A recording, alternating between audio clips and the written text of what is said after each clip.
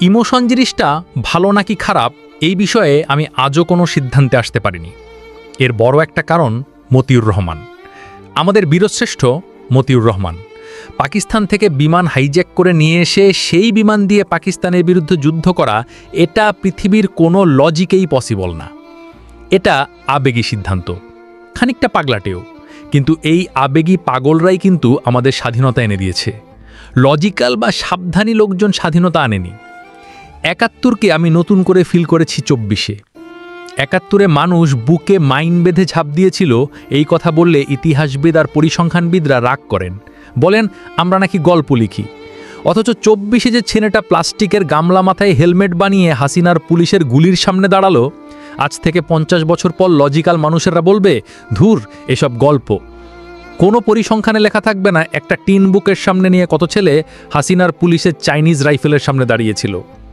আজ থেকে ৫০ বছর পরে সব গল্প হয়ে যাবে, কেউ বিশ্বাস করবে কেউ করবে না। অথচ আমরা যারা রাস্তায় ছিলাম আমরা তো জানি এগুলো আমাদের চোখের সামনেই আমরা দেখেছি।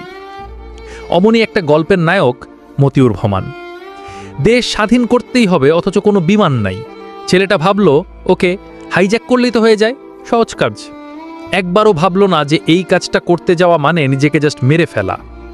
কত সহজেই না দেশের জন্য প্রাণটা দিয়ে দিল। অনেকেই বলেন বাংলাদেশের ভূগোল বাংলাদেশের মেন শক্তি, কেউ বলেন কৃষি আমাদের আসল সম্পদ, কেউ আবার বলেন আমাদের শক্তির জায়গা আমাদের নদী। আমি বলি আমাদের আসল সম্পদ হলো এক ঝাঁক সাহসী আবেগী ছেলে মেয়ে, যারা দেশের যে কোনো বিপদে ঝাঁপাইয়া পড়তে জানে। ৭১-এও এরা ছিল, ২৪-এও এরাই দেশ স্বাধীন করল। আমি জানি আবার কোনো ঝামেলা হলেও এরা থাকবে। একটা গান আছে না, মাগো ভাবনা কেন, আমরা তোমার শান্তিপ্রিয় শান্ত ছেলে, তবু শত্রু এলে অস্ত্র হাতে ধরতে জানি, তোমার ভয় নেই মা।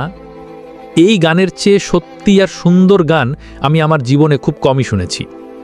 আসলেই এই দেশের কিছু নাই, বাটপার পলিটিশিয়ান, করাপ্টেড আমলা আর মাফিয়া ব্যবসায়ীর দল দেশটাকে ছিবড়ে খেয়ে ফেলেছে, এখনও খাইতেই আছে।